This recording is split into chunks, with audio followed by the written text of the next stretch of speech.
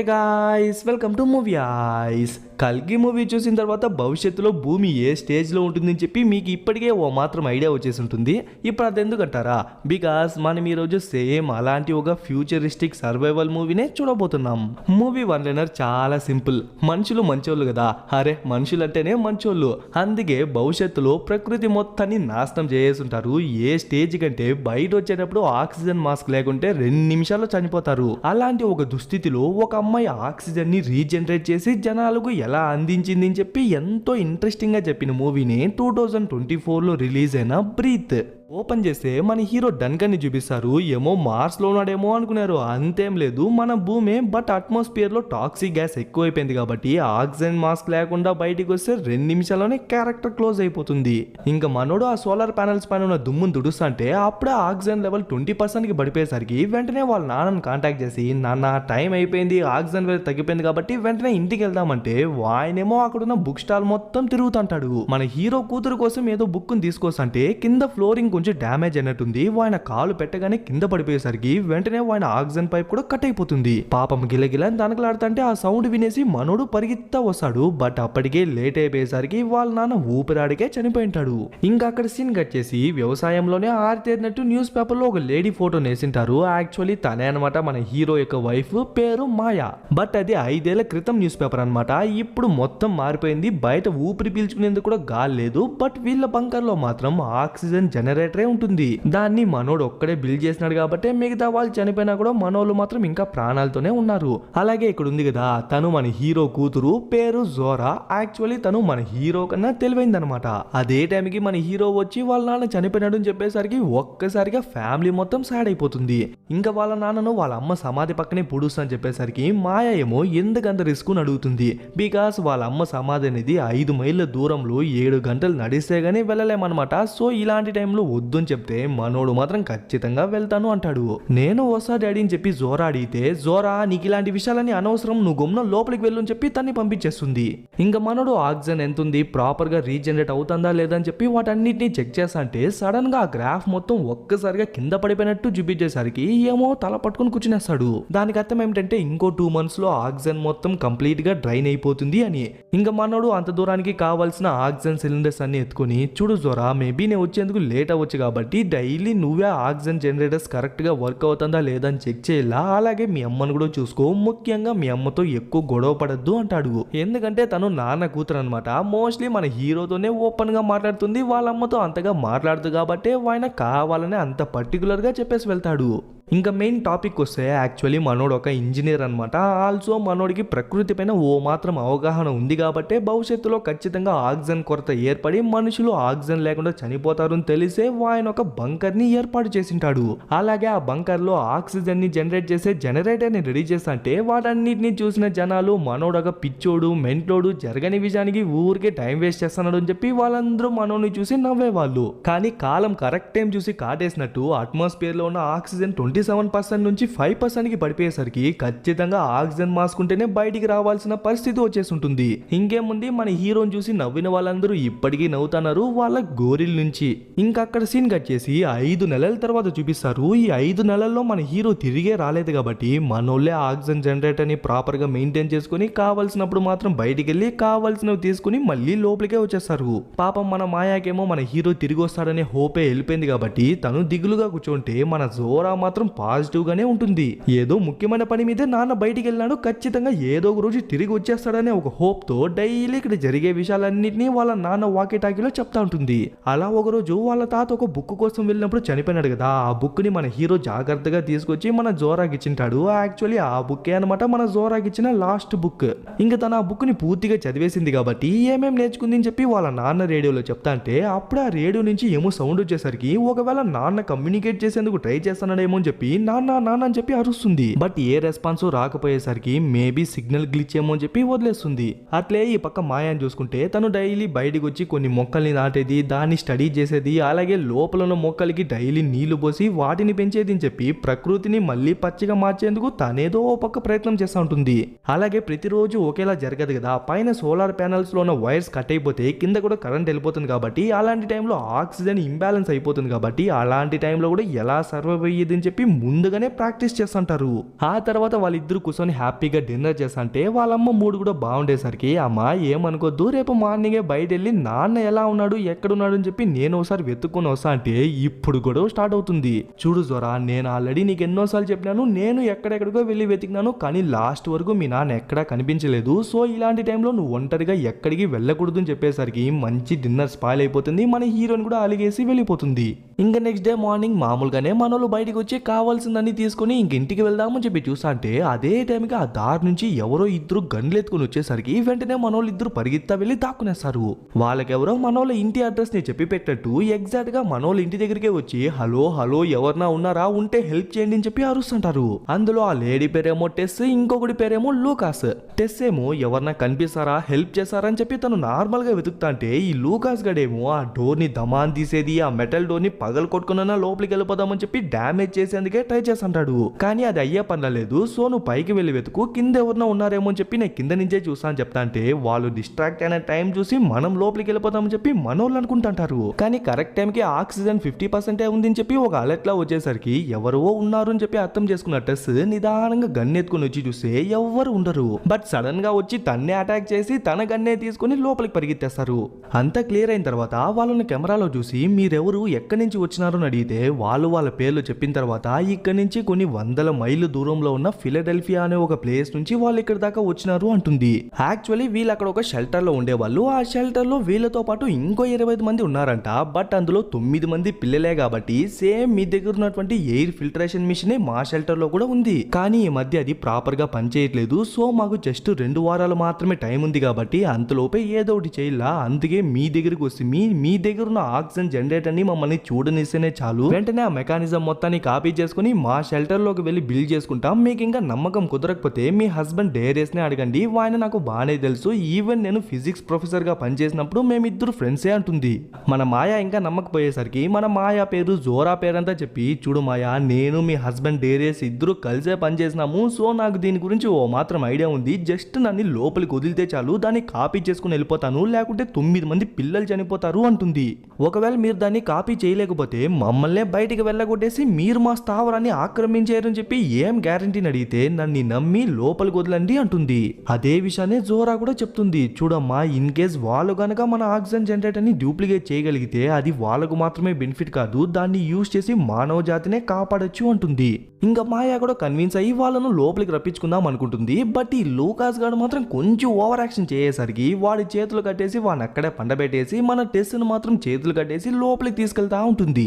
అదే టైంకి వాడు కూడా గన్ ఎత్తుకుని అరుచుకుంటా మనోళ్ళ మీదకి వస్తా అంటే వెంటనే మనోళ్ళు ఇద్దరు వాడినే షూట్ చేస్తారు. అయినా కూడా వాడు మనోళ్ళ మీదకే వచ్చేసరికి వెంటనే టెస్ ను తోపేసి మనోళ్ళు ఇద్దరు లోపలికి వెళ్ళిపోదాం అనుకుంటే వాడు కూడా దూరేస్తాడు. బట్ గన్స్ మనోళ్ళ దగ్గరే ఉంది కాబట్టి వాడిని బెదిరించి వాడిని ఒక టేబుల్ కి కట్టేసిన తర్వాత ఇప్పుడు చెప్పు టెస్, ఇదేనా నువ్వు చెప్పిన నమ్మకం అంటే?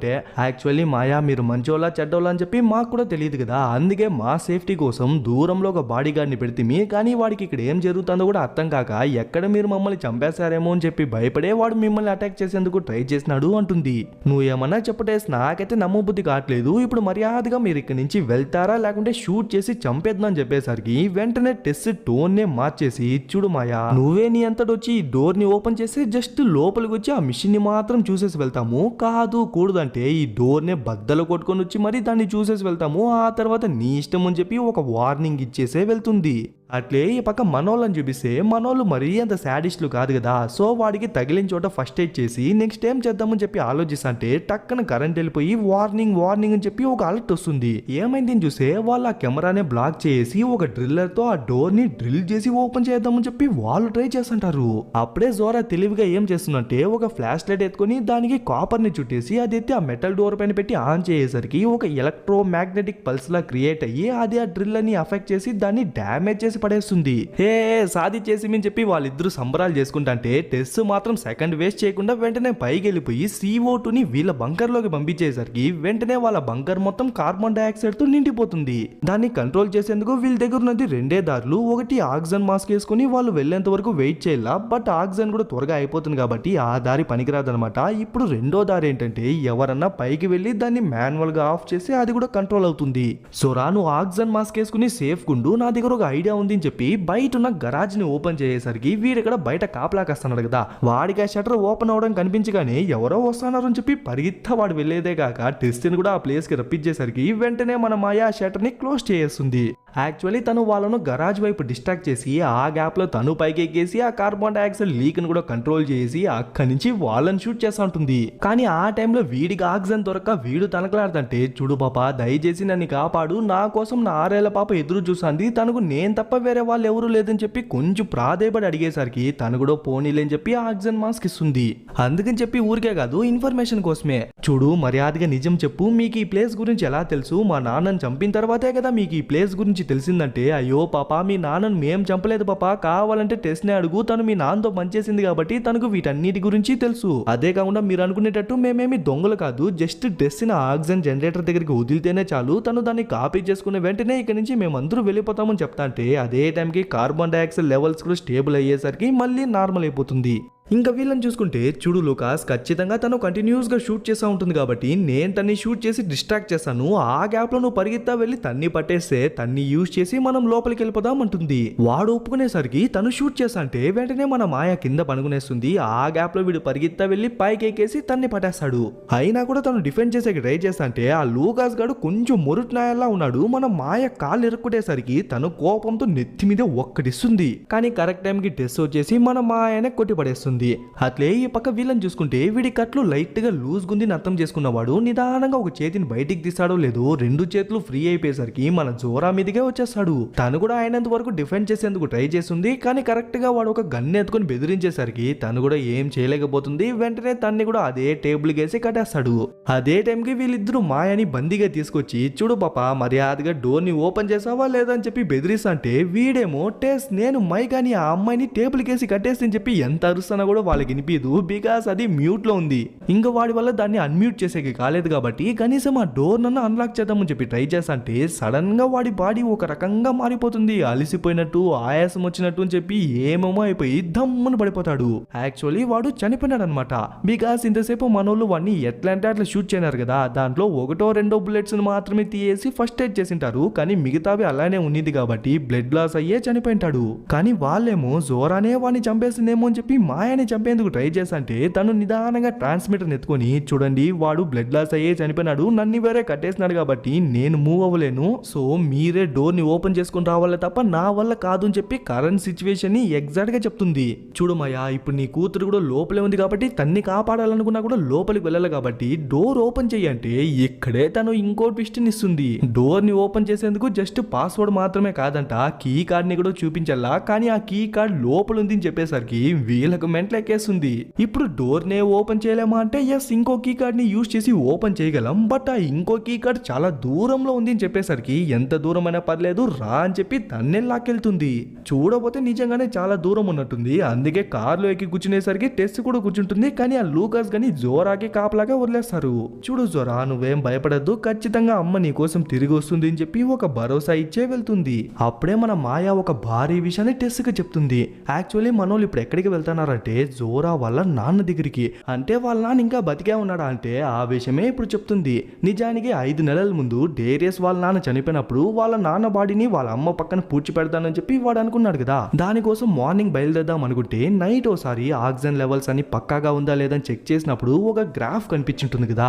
దానికి యాక్చువల్ మీనింగ్ ఏంటంటే ఇంకో 2 నెలల్లో మొత్తం ఆక్సిజన్ అయిపోతుంది అని అర్థం. బికాస్ ఆక్సిజన్ జనరేటర్ కి కేవలం 2 మాత్రమే బతికించే కెపాసిటీ ఉంది, అంతకు మించి ప్రొడ్యూస్ చేయలేదని అర్థం చేసుకున్నావు ఆయన. కనీసం మనం బయటికి వెళ్ళిపోతే వాళ్ళిద్దరికి బతికే ఛాన్స్ వస్తుంది అని తెలిసే బయటికి వెళ్ళి చనిపోయింటాడు. ఆల్సో అతనికి మన జోరా పైన గట్టి నమ్మకం, ఖచ్చితంగా ఏదో ఒక రోజు తను ఆక్సిజన్ జనరేటర్ ని అప్గ్రేడ్ చేసి ఇంకో 10 మందిని బతికించేలా చేస్తుంది అని చెప్పి ఒక నమ్మకంతోనే వెళ్ళింటాడు. ఈవెన్ ఆయన శాశ్వతంగా వెళ్ళిపోతున్న విషయం మన మాయకు కూడా తెలియదు అనమాట. నెక్స్ట్ డే మార్నింగ్ బెడ్రూమ్ లోన లెటర్ ని చూసినే తనకే అర్థమైంటుంది. బట్ ఈ విషయం జోరాకి చెప్తే తను తట్టుకోలేదు అని తెలిసే ఇప్పటి వరకు చెప్పిండదు. ఇంకా అక్కడి నుంచి డ్రైవ్ చేసుకుంటా ఒక పార్క్ దగ్గర దగ్గరికి వచ్చింటారు. అంటే ఒకప్పుడు పార్క్ లెండ మన డేరియస్ వాళ్ళ నాన్నను వాళ్ళ అమ్మ పక్కన పూడ్చిపెట్టిన తర్వాత ఈ పార్క్ వచ్చి ఆయన ఆక్సిజన్ అయ్యేంత వరకు ఉండి ఆ తర్వాత చనిపోయింటాడు. ఇంకా అతన్ని చూడగానే బోర్మని ఏడ్చేస్తుంది. బట్ టైం కూడా ఎక్కువ లేదు కాబట్టి వెంటనే ఆ కీ కార్డ్ కోసం అని చెప్పి బ్యాగ్ లో చేపెడితే గన్ దొరుకుతుంది, అలాగే ఆ కీ కార్డ్ కూడా దొరుకుతుంది. అమ్మయ్య అని చెప్పి టెస్ ఊపిరి పీల్చుకుంటా అంటే అదే టైంకి ఆ కార్ కూడా ఆగిపోతుంది. యాక్చువల్లీ అదొక ఎలక్ట్రిక్ కార్ అనమాట. ఇప్పుడు బ్యాటరీ మొత్తం డ్రైన్ అయిపోయేసరికి ఇప్పుడు కార్లో వెళ్ళడం అసాధ్యం. మధ్యలో మన మాయాకి వేరే కాల్ ఇంజూరీ అయింది కాబట్టి ఎక్కువ దూరం కూడా నడవలేదు. సరే కనీసం టెస్ట్ సపోర్ట్ అన్నా వెళ్దాం అనుకుంటే ఇద్దరి ఆక్సిజన్ సిలిండర్స్ లో ఆక్సిజన్ తగ్గిపోయింది కాబట్టి ఎవరైనా ఒక్కరు మాత్రమే వెళ్ళగలరు, అది టెస్ట్ మాత్రమే. ఆ దత్తం చేసుకున్న మాయ టక్కుని గన్ను చూపించేసరికి తను కూడా గన్ను చూపిస్తుంది. బట్ వీళ్ళు ఇక్కడ కొట్టుకొని సచ్చేదాని వల్ల మెయిన్ ప్రాబ్లం సాల్వ్ అవ్వదు కదా. సో మాయ గన్ను దింపేసి, చూడు నేను నీకు ఆ కీ కార్డ్ ఇస్తాను కానీ నువ్వు మాత్రం నా కూతుర్ని జాగ్రత్తగా చూసుకోవాలని చెప్పి ఇచ్చేసరికి నువ్వేం బాధపడదు మాయ, ఎంత త్వరగా వీలైతే ఈ కీ కార్డ్ని అక్కడ ఇచ్చేసి నీ కోసం ఖచ్చితంగా తిరిగి వస్తా అని చెప్పి ఒక భరోసా ఇచ్చేసే వెళ్తుంది. ఇంకా పాపం తను కూడా అంత దూరం నుంచి పరిగెత్తా వచ్చి ఆ కీ కార్డ్ ఇచ్చే లోపు తన ఎనర్జీ మొత్తం డ్రైన్ అయిపోతుంది.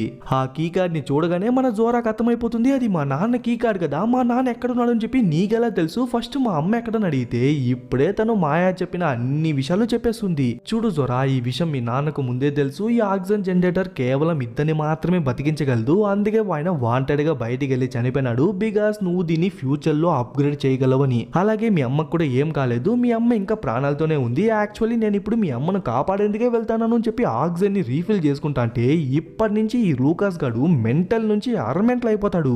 వాళ్ళమ్మను కాపాడేందుకు నువ్వు వెళ్తావా, తనతో మనకేం పని ఉంది, మనకు కావాల్సిన కీ కార్డే దొరికింది కదా, ఇంకా తను సస్తే సావనిలే అని చెప్పి మాయా అనుకున్నట్టుగానే సెల్ఫిష్ గానే మాట్లాడతాడు. కనీసం నాకట్లనే విప్పండ్రా, నేనైనా వెళ్ళి మా అమ్మను కాపాడుకుంటా అంటే అది చేయడు. పోనీ టెస్ట్ నైనా వదులుతాడా, తను వెళ్ళి వాళ్ళ అమ్మను కాపాడుతుందేమో అని చూస్తే అందుకు ఒప్పుకోడు. పాపం జోరా. ఇంక టెస్ట్ ని బలవంతంగా పనిచేపించేసరికి తను కూడా ఆక్సిజన్ జనరేటర్ ని ఓపెన్ చేసి చూస్తే అక్కడున్న వైర్లను చూసి తనకే దిమ్మ తిరిగిపోతుంది. దాన్ని డూప్లికేట్ చేసి అప్గ్రేడ్ చేసే విషయం పక్కన పెట్టండి, జస్ట్ ఆ వైర్లని పీకేసి మన టెస్ట్ కి ప్రాపర్ గా కనెక్ట్ చేసేదే రాదు. బికాస్ తను నిజానికి ఫిజిక్స్ ప్రొఫెసర్ కాదు, మన హీరోతోనూ పనిచేయలేదు, ఈవెన్ మన హీరోని ఒక్కసారి కూడా మీట్ అవ్వలేదు. ఇన్ని రోజులు కథలు అల్లుకుంటా లూకాస్ గన్ని మిగిలిన వాళ్ళందరినీ గొర్రెలు చేసుకుంటా వచ్చింటుంది. బట్ ఇంత ఇన్ఫర్మేషన్ లైక్ ఇంటి గురించి, అడ్రస్ గురించి, లోపల ఉన్న ఆక్సిజన్ జనరేటర్ గురించి తనకెలా తెలిసిందంటే నేను స్టార్టింగ్ సీన్ లో చెప్పినాను కదా, జోరా వాళ్ళ నాన్న వెళ్ళిపోయినప్పటి నుంచి ఆయన వాకి టాకీలో ఆయన విన్నా వినకపోయినా డైలీ ఇక్కడ జరిగే విషయాలన్నీ మన జోరా చెప్పేది కదా. అందులో ఈ ఆక్సిజన్ జనరేటర్ గురించి, వాళ్ళ అమ్మ గురించి, ఇంటి గురించి, అడ్రస్ గురించి మొత్తం చెప్పింటుంది. తన మాటల్ని ఎన్నో నెలలుగా దొంగచాటుగా వింటున్న టెస్ మొత్తం ఇన్ఫర్మేషన్ ని కలెక్ట్ చేసి ఏదోటి చేద్దామని చెప్పి ఇక్కడికి వచ్చింటుంది. కానీ ఆ వైర్లను చూసి తనకే తలకాయ పనిచేసి ఉండదు. అలా అయితే నువ్వు మాకు పనికిరావు కదా అని చెప్పి డమాలను షూట్ చేసి చంపేస్తాడా. సరిపోయింది పోండా, తనే మెయిన్ క్యారెక్టర్, ఏమో చేస్తుంది ఏమో పొడి చేస్తుంది అనుకుంటే ఊరుకు ముందు తనే బకెట్ తన్నేసా. అట్లే ఈ పక్క మాయాని చూసుకుంటే నాట్ బ్యాడ్, తను ఇంకా బతికే ఉందన్నమాట. బట్ ఆక్సిజన్ 20% ఉంది కాబట్టి ఇంకో గంట వరకు ఊపిరి పీల్చుకోగలదు. అప్పుడే నిదానంగా కిందకి దిగి చూస్తే ఒక చిన్న మొక్క మొలకెత్తడం కనిపించేసరికి అప్పుడే తనకే అర్థమవుతుంది భూమి మళ్ళీ దాని ఫర్టిలిటీని పొందుతాంది అని. సో ఖచ్చితంగా ఎలాగైనా ఇంటికి వెళ్ళాలనే ఒక హోప్ తో సోలార్ ద్వారా ఛార్జ్ చేయడం స్టార్ట్ చేస్తుంది. మళ్ళీ వీళ్ళని చూసుకుంటే అంతే, వాడు అరమెంట్లే అని చెప్పి వాడే ప్రూవ్ చేసుకునేసా. చనిపోయిన వాళ్ళిద్దరిని పూడ్చిపెట్టేసి వాడు పాటికి వాడు ప్రశాంతంగా వచ్చి బ్రేక్ఫాస్ట్ చేస్తుంటాడు. రే మిమ్మల్ని నమ్ముకొని 25 మంది ఆ షెల్టర్ లో ఉన్నారు, అందులో 9 మంది పిల్లలే అన్నారు కదరా, వాళ్ళ కోసం వెళ్ళవారని అడిగితే ఉండారు, ఏం చేద్దాము, ఆ షెల్టర్ లో ఉన్న ఎయిర్ ఫిల్టర్ వేరే డ్యామేజ్ అయిపోయింది కాబట్టి మాక్సిమం వాళ్ళు 2 వారాలు బతికితేనే గొప్ప. అలాంటప్పుడు నేను అంత రిస్క్ చేసి అక్కడికి వెళ్ళి ఏం చేసేది, నాకు కావాల్సిన ఫుడ్ బెడ్ అంతా ఇక్కడే ఉంది కాబట్టి వాళ్ళు సస్తే సావనిలే అని చెప్పి అంత స్వార్థంగా మాట్లాడతాడు. అప్పుడే టక్కన్ పవర్ కట్ అయిపోయి వార్నింగ్ వార్నింగ్ అని చెప్పి ఒక అలర్ట్ లా వచ్చేసరికి ఏంది ఇది అడిగితే సమ్ టైమ్స్ పైన వైర్లు కట్ అయిపోయింటాయి, దాన్ని మళ్ళీ కనెక్ట్ చేస్తేనే కరెంట్ వస్తుంది అని చెప్పేసరికి అలా అయితే నువ్వే వెళ్ళాలా అంటాడు. కానీ పంపించేటప్పుడు కూడా ఎక్కడ ఎక్కువ ఆక్సిజన్ ఉంటే తను ఇంకేమైనా చేస్తుందేమో అని చెప్పి ఆక్సిజన్ మొత్తాన్ని బయటికి తీసి కరెక్ట్ గా 10 నిమిషాలు మాత్రమే ఉన్నట్టు పంపిస్తాడు. వెంటనే తను పైకి వెళ్ళి చూస్తే మరీ అంత డ్యామేజ్ ఏం లేదు, జస్ట్ వైర్స్ ని కనెక్ట్ చేసిన వెంటనే కరెంట్ వచ్చేస్తుంది. అప్పుడే అక్కడ మాయా కనిపించేసరికి అప్పుడే మనకే అర్థమవుతుంది ఆ వైర్స్ ని అన్ప్లగ్ చేసింది తనే అని. పాపం ఆ కార్ కి ఎట్లో ఛార్జ్ పెట్టుకొని వచ్చేసినట్టుంది. ఇంకిద్దరు కౌగులించుకుంటే చూడమ్మా నాన్న గురించి నాకు టెస్ మొత్తం విషయాలు చెప్పేసింది అనేసరికి అయ్యో జోరా ఈ విషయం నీకు ముందుగానే చెప్దాం అనుకుంటే బట్ నువ్వు భరించలేవు అని చెప్పి దాచేసి అంటుంది. సరే ఇప్పుడు టెస్ దాన్ని డూప్లికేట్ చేసిందా అంటే అయ్యో అమ్మ తను పెద్ద అబద్ధాలు కోరు, తనకు దీని గురించి అస్సలు ఏ మాత్రం ఐడియా లేదు, అది తెలుసుకున్న వెంటనే లూకాస్ గాడు తన్ని చంపేస్తున్నాడు. అలాగే నువ్వు భయపడినట్టుగానే వాడు మన ప్లేస్ నే కబ్జా చేసి మనల్నే బెదిరిస్తున్నాడు అని చెప్పేసరికి సరే జోరా నా దగ్గర ఒక ప్లాన్ ఉంది, నేను చెప్పినట్టుగానే చేయని చెప్పి పంపిస్తుంది. తను కూడా డోర్ దగ్గరికి వచ్చేసి రే కరెంట్ వచ్చేసింది కదరా, డోర్ ని ఓపెన్ చేయరా, నా ఆక్సిజన్ వేరే అయిపోతుందని చెప్పి అరుస్తుంటే వాడు మెంటోడు కాదు గాయస్, సైకో గాడు. తను సఫర్ అవుతుంటే దాన్ని చూసి ఆనందిస్తుంటాడు. మళ్ళీ డేంజర్ డేంజర్ అని చెప్పి ఒక వార్నింగ్ వచ్చేసరికి నిదానంగా బయటికి వచ్చి చూస్తే మన జోరా అన్కాన్షియస్ అయి పడిపోయి ఉంటుంది.